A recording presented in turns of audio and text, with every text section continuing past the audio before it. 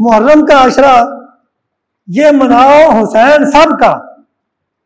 میں نے پوچھا بھی حسین تو سب کا، لیکن کیا مجھے یہ بتایا جائے کہ ابو بکر سب کے نہیں، عمر فاروق سب کے نہیں، عثمان غنی سب کے نہیں؟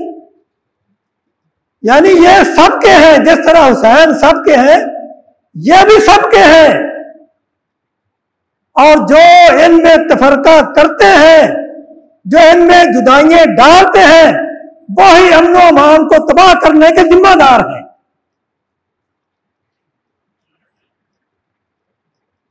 امن قائم رکھنے کے لیے تو جو بد امنی کی جڑ ہے اسے کاٹا جائے.